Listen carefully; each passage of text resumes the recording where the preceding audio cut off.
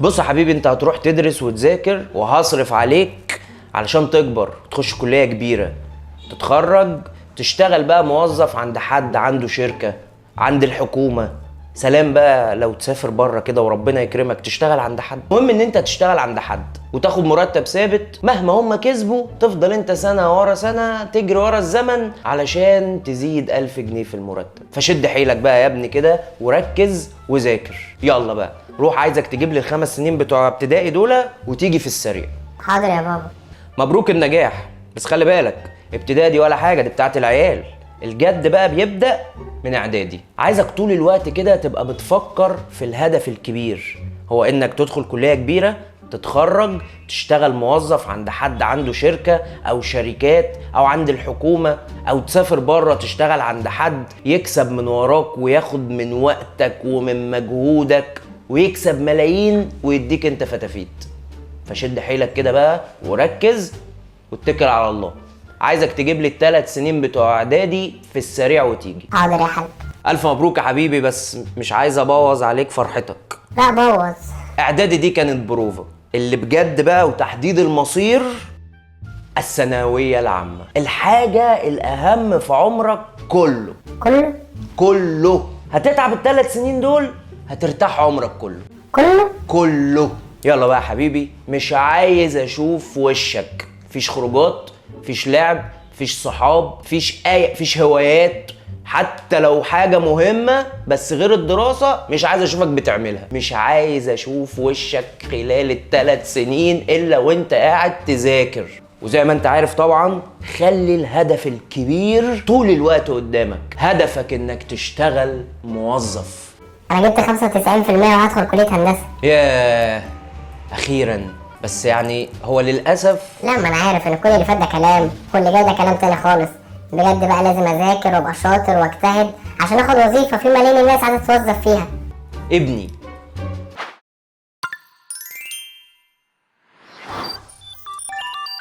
في كتاب مشهور جدا للكاتب المشهور جدا روبرت كيوساكي، وهو الأب الغني والأب الفقير. اتكلم عن نقطة أنا شايف إننا محتاجين نقف عندها شوية، والنقطة هي إننا مش بنتعلم في المدارس أي حاجة تخص الوعي المالي أو الاستثمار، وإن ده بيحصل بقصد علشان يطلعونا مش بنفكر غير في المرتب، واللي الكاتب هنا بيشوفه إنه أكبر فخ للبشرية. طيب خلونا نمسك الموضوع واحدة واحدة. هل إحنا مش بنتعلم اي حاجة في المدارس عن الوعي المالي؟ ولا عن الاستثمار؟ كده بقى عايزين نعرف هل هو مقصود ولا مش مقصود، ولو مش مقصود طب ايه المبرر المنطقي؟ الكاتب هنا بيتكلم عن ان دي حاجة مهمة لقيام المجتمعات الرأسمالية. يعني من الاخر رجال الاعمال واصحاب الثروات عايزين الناس تفضل شايفة ان فكرة المرتب الثابت هي الامان، عشان يلاقي طول الوقت ناس ترضى تتوظف بمرتب ثابت في الشركات والمصانع بتاعتهم. لان الناس لو كلها بقت رواد اعمال، امال مين اللي هينضرب؟ وفكرة المرتب الثابت لو فكرنا فيها لا فكرة سيئة جدا. فهنا الكاتب شايف انهم قاصدين اننا ما نتعلمش حاجة لا عن المال ولا عن الاستثمار، عشان ما يبقاش عندهم بديل للمرتب الثابت، فالناس تضطر ترضى بالمرتب وخلاص. وعلشان تفضل 5% من الاموال بيمتلكها 95% من الناس. والكلام ده مش عندنا هنا في مصر بس، الكاتب بيتكلم عن امريكا. طيب لو مقصودة فعلا، مين اللي يقدر يتحكم في حاجة زي كده؟ اصل لو هي مؤسسات فبالنسبة لي مش منطقي ان المؤسسات تقدر تحبكها قوي كده. ولو حكومات فاكيد مش كل الحكومات زي بعضها، اكيد في حكومة هتختلف عن حكومة. يعني كنت ممكن تلاقي كده في مصر بس ما تلاقيش في امريكا او العكس. عارف ان الناس اللي بتحب او مؤمنة بنظرية المؤامرة هتكون ميالة اكتر ناحية ان اللي مسيطر على ده هو امريكا او مخططات او منظمات سرية او اغنياء العالم. المهم ان يبقى في حد مسؤول. بس انا وجهة نظري المتواضعة ان السبب في تقسيم الاموال بالطريقه دي مش اننا ما بنتعلمش حاجه عن الوعي المالي في المدارس. انا شايف ان الموضوع مش كده. الموضوع ليه علاقه بالطبيعه البشريه. طول الوقت النسبه المتميزه اقل من النسبه العاديه. طول الوقت الفايز بالسباق 1 أو 2 أو 3 من ضمن 100 او حتى من ضمن 10 اشخاص. في النهايه النسبه المتميزه هي الاقل. والدليل على ان الموضوع ليه علاقه بالطبيعه البشريه او النشأة الماديه ان الكاتب نفسه كان فقير وبقى غني، وبرضه حصل معاه زي زي ما حصل مع كل الناس، ان هو ما اتعلمش حاجة في المدرسة عن الوعي المالي، بس عرف يبقى من ال5% اللي معاهم 95% من الفلوس. طب عمل ده ازاي؟ ما هو برضه المدرسة ما علمتوش زيه زي ملايين الناس، لكن في حد نشأ في ظروف صعبة وعرف قيمة الفلوس، وعرف ان الفلوس بيبقى ليها قيمة لما تبقى بتشتغل عندك، يعني مش مجرد فلوس مركونة في البنك. ففهم اللعبة وعرف ان ركنة الفلوس دي خسارة في حد ذاتها، لان بكده الفلوس تبقى ما فادتكش بحاجة. ناس كتيرة مبسوطة بكلمة ان الحياة مش عادلة، بس انا مضطر اصدمك واقول لك انها عادلة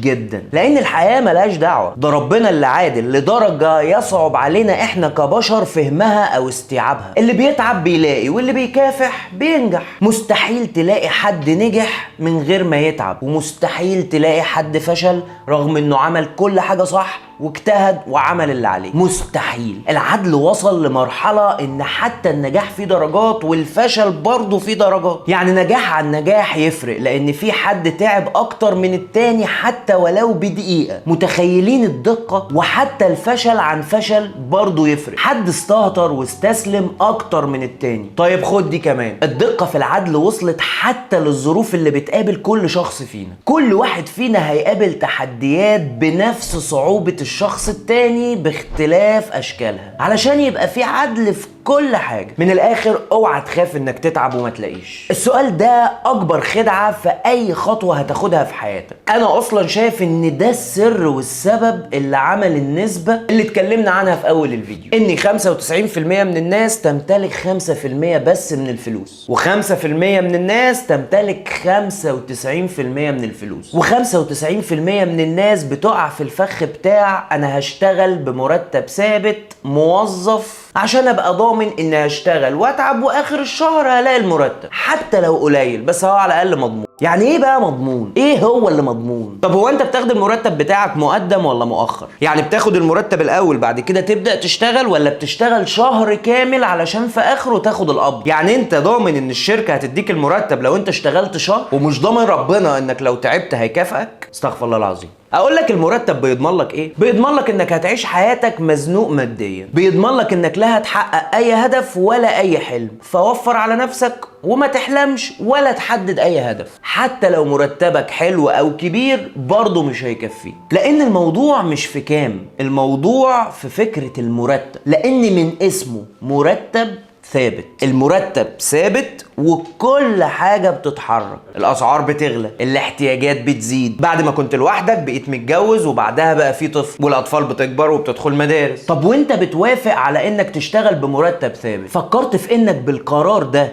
انت حكمت على ولادك وعلى أسرتك بمستوى معيشي معين كل ما بيفوت الوقت كل ما بيقل، وقتلت اي احتمالية لأي تطور مادي. 5% من الناس فهموا ان مفيش حاجة اسمها اتأكد من النتيجة الاول علشان ابقى اتعب بقى واشتغل، زي كده اللي عاوز يتأكد انه هينجح في الامتحان الاول علشان يذاكر ويتعب. متخيل احنا بنطلب ايه من غير ما نقصد؟ 5% من الناس بدأوا يشتغلوا على نفسهم وعلموا نفسهم وتواضعوا للتعليم، واقتنعوا ان الحياة مش سهلة ولا النجاح ببلاش. انت هتتعب شهر وهتاخد مرتب 2000 ولا 5 ولا 10 ولا حتى 20، وانا هتعب شهر واثنين وثلاثة من غير اي نتائج، بس هكمل وهستمر وهصر. بعد سنة هتبقى انت عملت 100 او 200 الف بالكتير، وانا هبقى عملت مليون. هي كده، انا اتحملت شهور اكتر وسنين اكتر من غير نتائج فاستحقيت نجاح كبير، لكن انت خدت الطريق السهل ومرضتش تتعب شهر واحد حتى من غير مرتب. يبقى ما تقوليش بقى حظوظ والبلد وربنا عاوز كده، لا، ربنا ما قالش انك تستسلم بدري ولا تتخاذل ولا تاخد الطريق السهل. ربنا قال